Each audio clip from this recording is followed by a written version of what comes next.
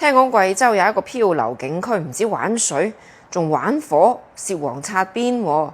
景區公然展示伴漂服務。據工作人員介紹，分3檔收費。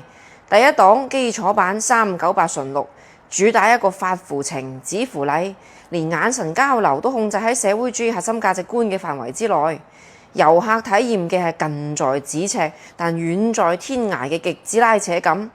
而濕身有冇嘢睇呢？咁就靠自己操作啦。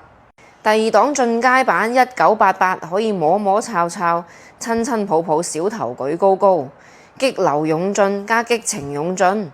第3檔私人定制，其他附加服務就再傾啦。落船直接行 VIP 通道入房密室逃脫。呢一檔呢，就屬於係景區賣個門飛，剩低係全靠想像，懂嘅都懂啊。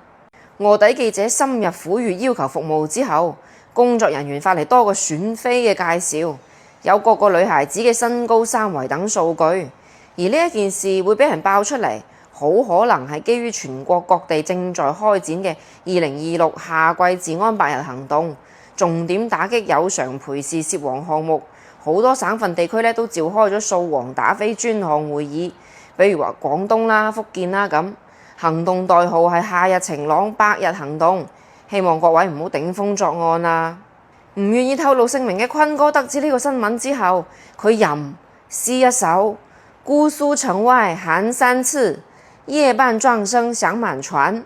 年少有為開寶馬，飛機都唔使自己打。嗱，我又係最後一個知道噶啦。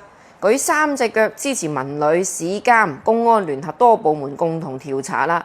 必須整改，必須取締啊！價格虛高，素菜雲食，完全就係哄抬物價。資料又唔顯示上班當日嘅衣着，同埋有冇檢測報告，完全唔知係咪持證上崗，對消費者一啲保障都冇啊！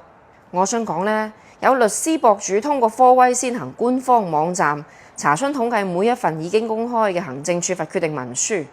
呢一個省份嘅城市，如果嗰味嘢嘅文書最多呢，咁啊，證明該地區嘅淫重掃黃力度係最高嘅。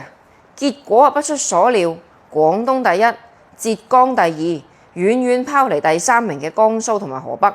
當然啦，呢一個統計咧同公開有關，如果唔公開咧都係冇顯示㗎。